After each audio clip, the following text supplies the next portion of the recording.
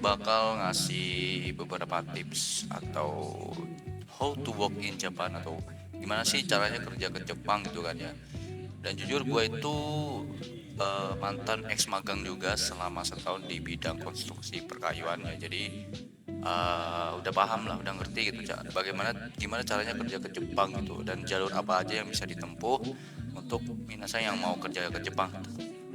Biasanya kalau minasa itu mau pengen kerja ke Jepang itu ada dua apa ya namanya, dua halangan atau dua rintangan yang selalu menjadi eh, tembok gitu. Maksudnya kayak, bisa nggak ya pergi ke Jepang, terus gimana caranya, itu kan pasti nggak pada ngerti gitu kan, gimana cara ke Jepangnya, terus biayanya berapa, itu kan yang selalu dikhawatirkan para pemagang di Jepang gitu kan. Tapi tenang aja gitu, gua bakal ngerangkum semuanya jadi satu video yang dimana semoga video ini bisa membuat Minasang lebih ngerti lah gitu, dan lebih termotivasi lagi gitu gimana caranya bisa pergi ke Jepang dengan beberapa jalur yang bakal gue sebutin gitu. Nah, sebelum itu gue bakal ngasih poin-poin materi penting yang bakal gue sebutin hari ini ya. Eh, Sebelum gue ngasih tahu masalah atau poin pokoknya gitu, gue bakal ngasih beberapa poin-poin pentingnya ya. Jadi memahami kesempatan kerja di Jepang itu penting ya. Jadi gua bakal ngasih beberapa materi seperti syarat dan kualifikasi buat kerja di Jepang, terus proses mencari pekerjaan di Jepang, budaya kerja di Jepang, jenis pekerjaan yang tersedia di Jepang, jalur mandiri dan jalur LPK untuk bekerja di Jepang, proses visa dan imigrasi untuk bekerja di Jepang, tips untuk beradaptasi dengan kehidupan di Jepang, dan akhir dan kesimpulan ya, strategi sukses untuk bekerja di Jepang gitu ya. Jadi poin-poin pentingnya itu yang sudah saya sebutin tadi ya, apa namanya, yang mewakilkan video ini dibuat gitu. Jadi gue ngerti keresahan Minasang untuk bisa kerja di Jepang itu gimana, karena gue sendiri juga ngalamin bertahun-tahun gitu. Gue nggak ada channel, nggak ada info, nggak ada link. Dan jujur dulu waktu 2000, kan gue tuh lulus sekolah itu 2016, dari 2016 sampai 2024 itu gue terus apa ya, kayak nyari gitu info-info kayak gitu kan susah gitu, apalagi dulu zaman dulu susah banget. Dan kebetulan juga tahun ini Jepang juga habis ganti apa namanya, pemerintahannya dirombak lagi kan gitu. Jadi ada beberapa aturan yang menguntungkan untuk pemagang baru yang ingin pergi ke Jepang gitu kan. Gue bakal ngasih tahu memahami kesempatan kerja Jepang. Jadi jujur ya, di Jepang itu lowongan kerja banyak banyak banget, tergantung dari kalian itu lulusan apa ya, SMP, SMA, degree, bachelor, S1 ya kan, D3, S1, S2, bahkan doktor ya. Dan lulusan SMK pun ya, yang paling banyak dicari itu jujur SMK, karena kejuruan dan itu teknik ya. Teknik itu bener-bener terbuka sekali, open banget di Jepang itu. Dan dengan, kenapa gua nyaranin teknik, karena teknik itu gajinya gede pertama ya. Pertama gajinya gede, asuransinya gede, terus tempat kerjanya juga terjamin gitu, biasanya teknik ya. Karena kalau untuk teknik itu kan skill yang udah lu punya itu kan benar-benar disewa sama orang Jepang, jadi benar-benar dipakai skillnya itu sama orang Jepang untuk dibayar gitu. Jadi nggak cuman modal tenaga sama pikiran doang gitu kan. Kalau teknik kan emang udah ada skillnya gitu. Jadi kalau yang mau pergi ke Jepang biasakan uh, apa namanya, milih jurusan teknik lah gitu ya. Teknik apapun, teknik mesin, teknik bodi otomotif, teknik apa sipil, teknik listrik, apa kelistrikan, itu juga pokoknya yang teknik lah gitu. Itu cepet banget dapat kerjanya gitu kan. Dan di Jepang pun banyak juga yang kerja-kerja teknik yang bisa apa namanya, dengan artian jenjang karirnya itu bisa naik gitu, karena gampang bisa naik, karena ya itu tergantung sama orangnya ya, karena tergantung kamu kerja kinerjanya gimana, bagus apa enggak gitu kan. Itu juga bisa dijadikan penilaian gitu. Sama intinya sama kayak kerja di Indonesia lah gitu, kalau emang kerjanya bagus diambil, dinaikin pangkat gitu kan. Dan kalau untuk yang selain teknik ya, maksudnya kayak kerja biasa itu banyak, itu juga banyak gitu. Tergantung level bahasanya gitu. Contohnya gue kasih contoh ya, untuk level N5 ya, N5 itu masih bisa saya kerja, tapi kerja kasaran. kayak kerja kuli, kerja bangunan, kerja pekarjuan, Tobi itu kerja scaffolding gitu, pokoknya kerja-kerja yang kasar berat, dan gua nggak ngerekomendasikan hal itu karena kerjanya berat. Selain kerja berat ya itu pasti ada tidak keadilan tuh di situ pasti ada gitu. Dalam artian apa tidak keadilannya ini, lu kerja sama orang Jepang, bahkan sama orang selain orang Jepang juga, misalnya kayak orang Vietnam, orang Filipina, Kamboja, banyak lah gitu, nggak cuman hanya orang Indonesia di situ. Dan di situ tuh kalian tuh tergantung kinerja atau performa kalian gitu ya. Kalau kalian kerjanya cepet, kuat, bagus ya kan, apalagi bisa ngomong bahasa Jepang lancar, itu udah pasti disayang gitu gitu. Tapi karena itu kan hal yang agak mustahil, sulit lah gitu, hal yang sulit. Apalagi sekarang anak-anak yang mau pergi kerja ke Jepang itu kan rata-rata bahasanya minim ya. Maaf, tapi biasanya bahasanya minim gitu, jadi maunya kerja apa aja lah diambil, kerja apa aja lah diambil, itu kata-kata kutukan kayak gitu. Karena gua ngerasain gua kerja di Genba juga itu wah berat banget gitu. Selain emang kerjanya berat juga itu, tapi ketidak masuk akalan itu juga ada gitu. Maksudnya nggak adil itu ada banyak gitu, kayak lembur nggak dihitung lembur, kerja ekstra ya dimaklumin gitu kan. Terus nggak ada istirahat ya nggak apa-apa gitu, bener-bener ini apa, bener-bener nggak wajar gitu. Nah, kalau nggak mau dapet yang kayak gitu ya sebisa mungkin kalian masuk teknik, atau kalian cari kerja yang bukan di luar gitu, di pabrik ya kan. Di pabrik itu, di pabrik makanan atau pengolahan makanan gitu, atau itu tuh apa namanya, bener-bener inilah udah pekerjaan paling enak di pabrik itu lah. Karena ya lu modal di pabrik, modal gitu kerja monoton, nggak usah banyak ngomong ya, tapi gajinya main gede gitu. Nah, gimana cara dapetin kerja di pabrik? Nah, nanti gua kasih tahu gitu. Tapi gua ngasih tahu dulu kemungkinan besar negatif positif di setiap bidang kerja itu apa gitu kan. Nah, dari semua yang gua lihat itu untuk pekerja itu yang paling menghasilkan uang itu Kaigo ya. Kaigo tuh banyak menghasilkan uang karena mereka banyak lembur ya kan, mereka banyak bonus tahunan tuh banyak. Tapi ya kerjaannya juga susah gitu, karena kan kalian ngurusin orang tua gitu, dan juga kalian harus bertempur dengan kotoran-kotoran manusia juga gitu kan. Jadi benar-benar mentalnya juga diuji, keterampilan juga diuji. Tapi kalau Kaigo itu biasanya dimakmurkan, karena Kaigo itu kan yang paling dibutuhkan di Jepang itu kan, karena lansia di Jepang itu benar-benar banyak itu. Orang Jepang itu kalau udah tua sedikit orang tuanya itu ditaruh di panti jompo gitu, karena menurut mereka itu merepotkan gitu kan. Dan makanya itu benar-benar orang Jepang pun juga gak mau ngurusin orang tua, jadi ngandalinya orang-orang seperti kita, orang luar gitu. Makanya bayaran untuk Kaigo itu lumayan gede lah gitu, walaupun kerjanya juga jam kerjanya juga nggak tentu kadang kan, karena ngurusin orang juga kan gitu. Nah, yang kedua ada persyaratan dan kualifikasi untuk bekerja di Jepang ya, seperti yang tadi udah gue bilang, persyaratan buat pergi ke Jepang itu sebetulnya agak simpel ya. Yang penting kalian bahasanya minimal standar N5 ya kan, kanji N5, ngerti katakana sama hiragana, udah cukup gitu, bisa pergi. Ini kalau kita ngomongin bisa asal pergi ke Jepang apa enggak ya, kerjanya apa aja itu ya.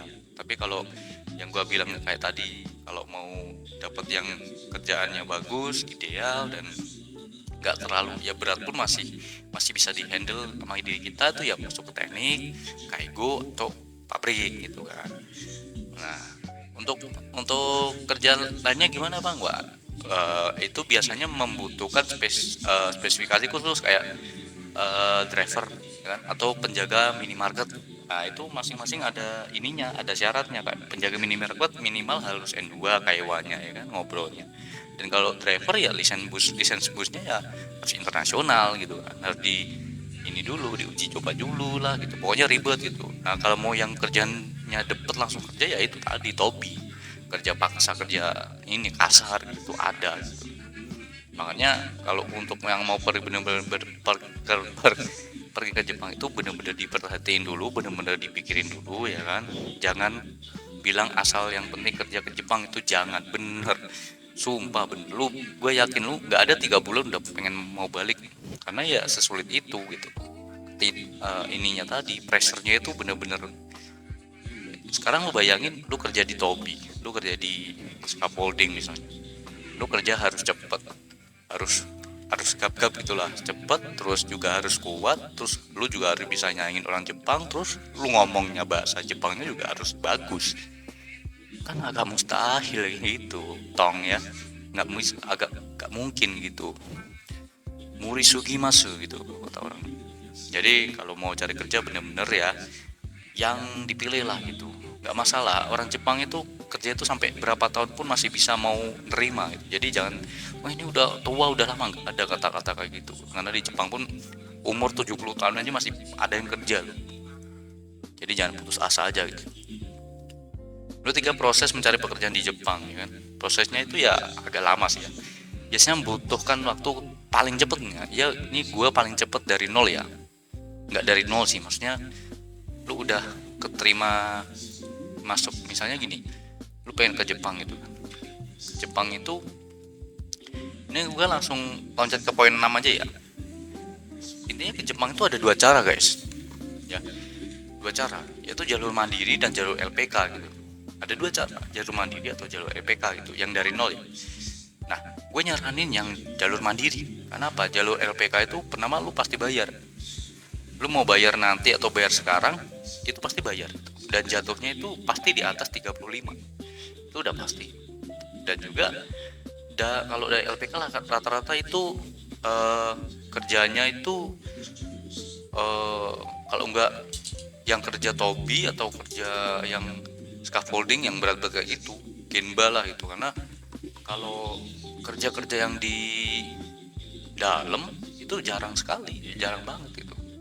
Yang kedua itu jalur mandiri ya. Jalur mandiri, kenapa gue ngerekomendasikan jalur mandiri itu, karena jalur mandiri itu lu nggak usah bayar ya kayak di LPK, walaupun lu tuh harus tetap bayar kayak tiket pesawat, bayar asrama, terus lu bayar sehari-hari di sana nanti itu bayar gitu kan, bayar sendiri pakai duit sendiri gitu.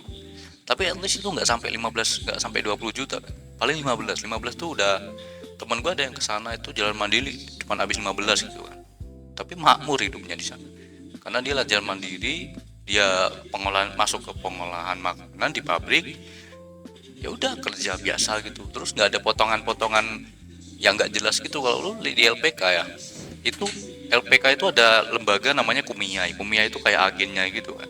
Nah itu Kumiai itu juga secara nggak langsung motong gaji lu berapa persen, karena kan agen dia yang rekomendasikan kita ke perusahaannya gitu kan. Jadi dapat persenan tiap kali kita gajian tuh dapat persenan mereka gitu. Ya namanya perdagangan ini, kalau di ibaratan kayak perdagangan manusia lah ya. Jadi benar-benar organisasinya ada. Tapi kalau kelebihan LPK itu ya lu dijaga, lu benar-benar dijaga, nggak sendiri gitu kan. Dari awal proses berangkat pun ongkos dibayarin, dikasih asrama, dikasih makan, dikasih uang saku. Tapi ingat, uang saku pun itu nanti dipotong lagi dari gaji lu gitu. Jadi kayak kita minjem duit masa depan kita dulu gitu kan. Nah, kalau di LPK kayak gitu.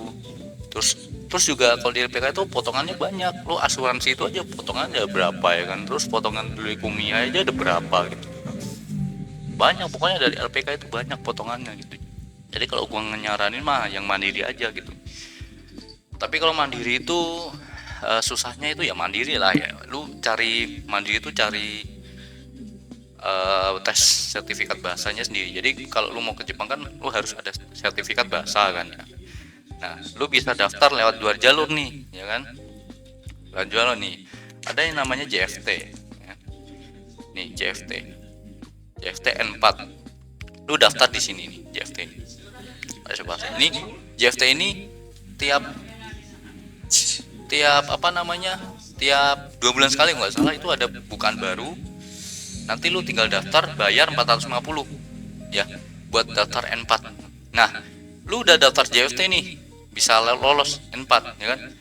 Lu daftar lagi yang namanya SSW. Nih, SSW, Skill Worker Test ya kan. SSW ya kan. Nah, SSW ini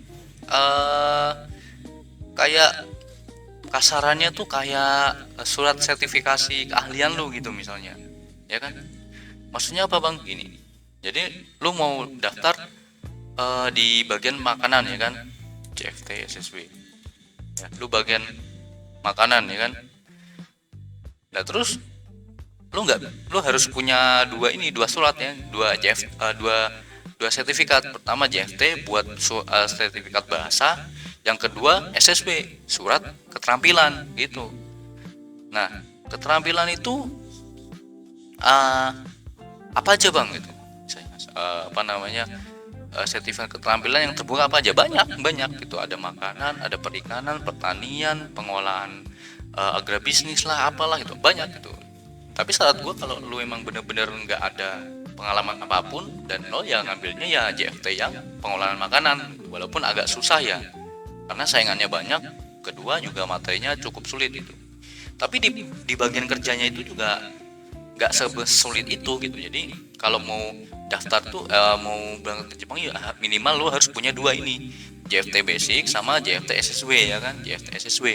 Nah kalau udah punya dua itu ya, lu tinggal cari di Facebook atau di mana lah gitu, banyak lah. Lu caranya TSK ya kan, TSK ya, TSK nih, TSK nih gue jelasin ya, lihat ya. TSK singkat dari Touroku Shienkikan ya kan, atau lembaga pendukung terdaftar Jepang yang bertugas memberikan dukungan dan bimbingan bagi pekerja asing untuk bekerja dengan visa SSW ya, atau Tokutegino, membantu pekerja asing dalam berbagai hal ya kan. Nah bedanya, tapi bang itu kan sama kayak LPK? Enggak, TSK sama LPK beda. TSK ya dia cuman ngebantu kita dengan upah minimum. Kayak kita bayar ke TSK itu berapa, paling cuman 200-300 ribu, atau bahkan nggak ada yang nggak bayar setahu gua gitu. Karena TSK ini udah kerjasama sama pemerintahan Jepang pertama ya kan, kedua sama perusahaan yang merekrut kita dari TSK gitu. Jadi gini, TSK itu ya kerjasama, punya link sama perusahaan Jepang. Nah nanti mereka cari karyawannya di Indonesia gitu, carinya ke kita gitu. Jadi carinya ke kita itu ya secara nggak langsung pihak TSK-nya udah dapat keuntungan sendiri. Karena apa? Kita kan masuk ke Jepang pakai visa, dua negara udah dapat dong. Nah TSK itu juga ngambil persenan dari situ gitu, dan juga dari perusahaan juga bayar ke TSK gitu. Jadi kita nggak usah bayar apa-apa ke TSK gitu kan. Kita bayar ya tadi, bayar buat apartemen, ongkos sehari-hari sama ini pesawat doang gitu kan gitu. Nah kalau udah itu cari TSK ya kan, di online, di Facebook biasanya. Nah Facebook nih, cari di Facebook kan lo. Kalau nggak ada di Facebook, gue kasih linknya di bawah ya, di WA. Gue punya WA-nya, terus gue ada linknya. Japri aja, nanti gue kasih TSK yang bagus, yang amanah lah ya, yang bagus gitu. Ada gue gitu, yang benar-benar amanah, bagus ya. Tuh. Jadi apa namanya, yang tadi ya jalur mandi atau jalur LPK gitu kan. Jadi kalau jalur LPK ya lu tinggal masuk aja ke LPK manapun dengan sesuai syarat LPK mereka gitu. Tapi kalau saran gue mah jangan gitu. Kalau emang bener-bener passion lu ya kerja di bidang penuh gejolak dan kekerasan ya masuk lah LPK, nggak masalah. Sebenarnya nggak ada masalah sih sama LPK. Gue juga masuk LPK gitu. Tapi LPK tuh biasanya biayanya terbebani oleh biaya biasanya, karena biayanya gede gitu. Ntar ada komen nih, bang gimana kalau gue dari nol nggak punya duit, nggak apa segala macem, bisa nggak gitu. Nah kelemahan TSK ini lu TSK harus punya duit minimal 10 atau 15 gitu. Karena apa ya, buat ongkos. Tapi kalau ada perusahaan yang baik ya, perusahaan yang mau bener-bener mau ngerekrut orang yang ngongkosin sampai ke Jepang gitu kan. Nah itu biasa ada itu. Jadi lu tinggal modal buat paspor sama buat visa doang ya kan. Itu paling habis berapa ya? Habis 1 juta lah ya. Jatah 1 juta atau 2 juta udah. Habis itu udah lu tinggal ikut aja gitu. Nanti tiket lu dibayarin, apartemen dibayarin gitu. Tergantung perusahaannya juga ada yang kayak gitu gitu. Nah, jadi untung-untungan lah gitu kalau TSK. Tapi kalau jalur LPK, kalau gue ya ada sih yang kayak 0, bener-bener 0 rupiah tuh ada gitu, sampai berangkat tuh ada gitu. Tapi nanti sampai di sana tanggungannya tuh gede banget, biasanya sampai 45 bahkan 50, bahkan ada 70 gitu. Jadi kalau di LPK itu ya enak awalnya doang, akhirnya sementara gitu. Susah gitu. Lu bayangin setahun buat lu kerja 3 tahun, tapi setahun full itu cuman buat nyicil LPK doang gitu kan.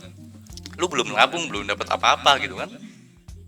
Agak gimana gitu kan, tapi terserah sih, tergantung minasang juga gitu.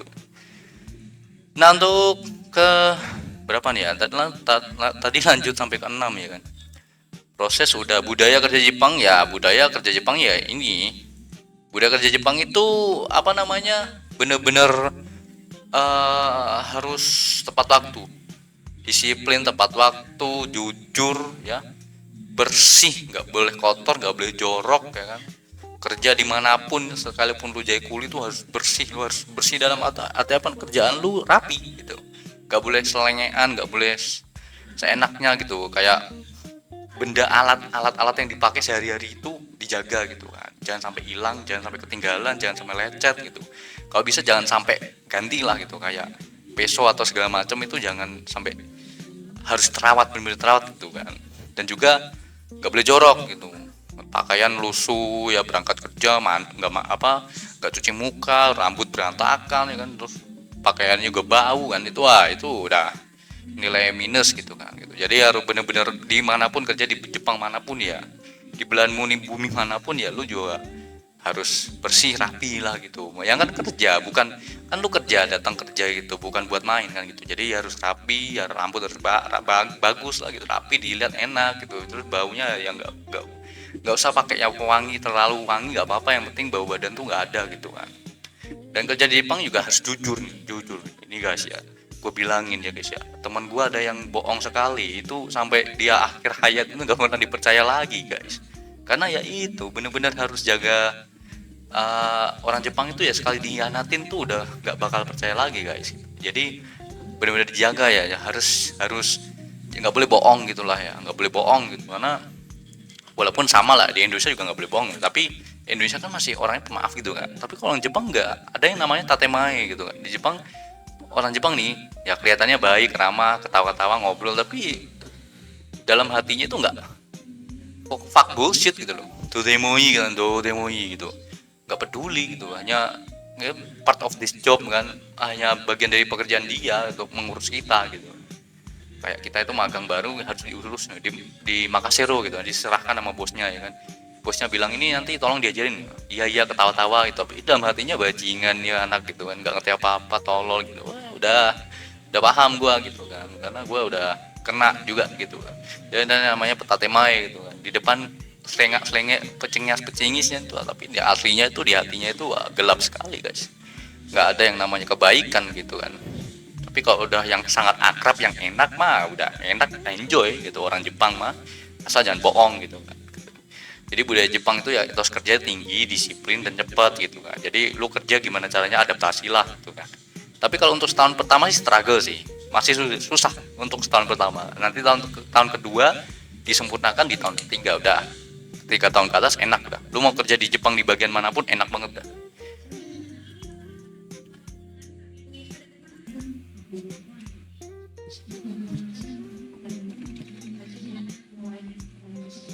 Ada nomor 5, jenis pekerjaan yang tersedia di Jepang.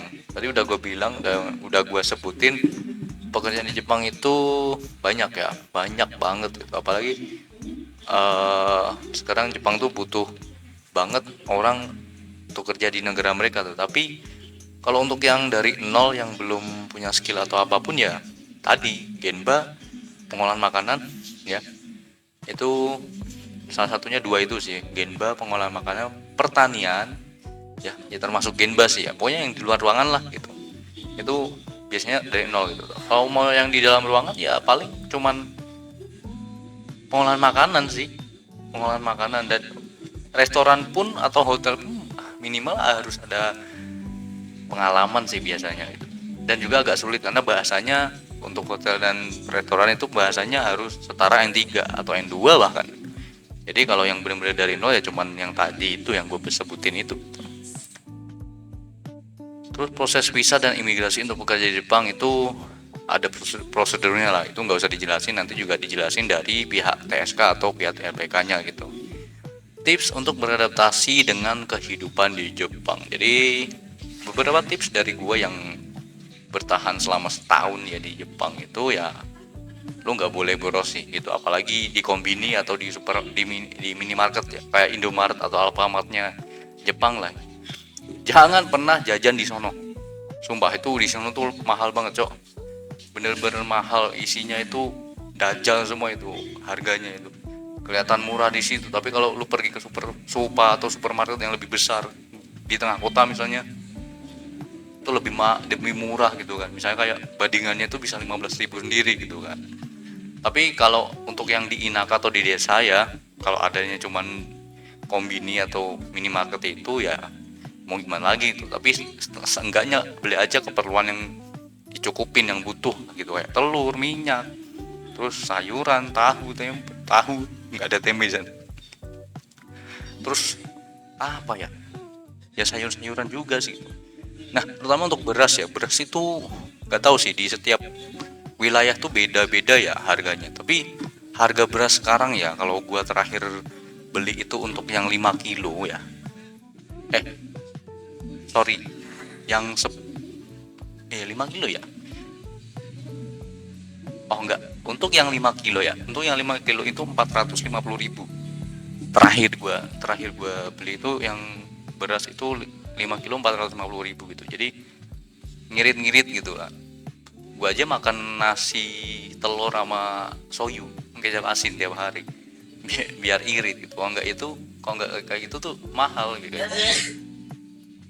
Jujur gua di Tokyo itu mahal gitu, semuanya mahal banget gitu, kehidupan sehari-hari, dari ongkos, lu mau beli minuman juga mahal gitu, mahal banget gitu. Dan gua dulu gaji bersih tuh 13 itu masih bayar LPK 37 guys gitu. 37, apartemen 2 juta udah kering gajinya habis gitu.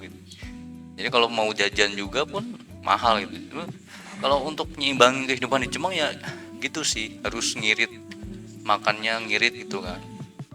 Jadi tapi seenggaknya harus inilah ya, harus makanannya tuh seenggaknya harus yang ada nutrisinya ya, maksudnya kayak jangan makan nasi telur gitu terus gitu, harus ada sayurnya gitu, karena itu kan tenaga juga kalau nggak sakit gitu. Emang ada asuransi sih tapi rugi gitu, maksudnya lu kan libur kerja jadinya kan nggak ada duit gitu. Makanya diperhatikan itu makan sama jam tidur ya, jam tidur tuh benar-benar harus diperhatiin gitu, jangan kebanyakan begadang karena pasti bikin penyakit gitu kan tuh. Jadi untuk adaptasi ya seperti itu sih, harus ngikutin seleranya orang Jepang juga ya kan, karena di sana itu rata-rata asin sama asam. Makanan minuman juga, minuman yang manis tuh jarang banget. Yang manis paling kayak kopi susu gitu ya, kalau susu strawberry itu juga ada sih mantep, kebanyakan masam gitu di sana tuh, asam, anggur gitu rasanya. Jadi harus dibiasakan diri ya. Dan kesimpulannya ya apa ya, strategi sukses untuk bekerja di Jepang ya kayak tadi sih, lu harus bener-bener pinter nyari celah gitu lah, harus bener-bener ngerti kemampuan lu tuh di mana gitu kan, kemampuan untuk dari segi survive, bekerja gitu kan. Lu harus bener-bener bisa memanage waktu dan uang juga gitu di situ gitu, karena lu hidup sendiri, nggak ada yang nolongin, keluarga lu juga jauh di Indonesia gitu kan. Jadi sebisa mungkin lu harus dapat pembelajaran di sana gitu. Tapi nanti kalau lu udah setahun, nggak usah tunggu setahun sih, 6 bulan di sana tuh lu udah bisa nge-improve skill lu sendiri, lu udah bisa nge-upgrade diri lu sendiri gitu kan, udah bisa ngikutin orang Jepang juga sih biasanya ya. Kalau udah lebih dari 6 bulan gitu, lu tinggal cocokin aja sama skill yang ada, terus lu asah terus gitu kan. Dengan satu syarat sih, niat sih. Kalau lu ada niat di sana ya kan, lu bisa bertahan di sana. Gue ada temen yang bertahan udah 10 tahun gak pulang-pulang malah dia, itu karena niat doang gitu. Dari dia awal pertanian sampai dia punya sawah sendiri gitu kan, itu semua ini sih emang dari niat gitu kan, dan juga kerja keras. Jadi kesimpulan pembahasan hari ini ya gitu sih, ada 2 cara ya pergi ke Jepang, lewat SK atau LPK gitu. Kalau lewat SK yang udah gue sebutin tadi ya, lu harus punya sertifikat, 2 sertifikat bahasa JFT namanya ya, JFT.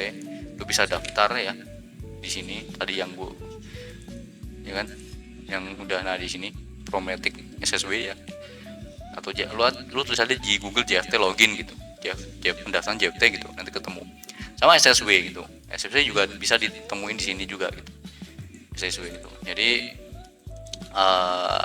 kalau TSK gitu, lu visa sendiri, paspor sendiri, mandiri, berangkat juga sendiri. Lalu LPK semua diurusin, lu tinggal berangkat. Tapi ya bayarnya gede, udah pasti gede gitu.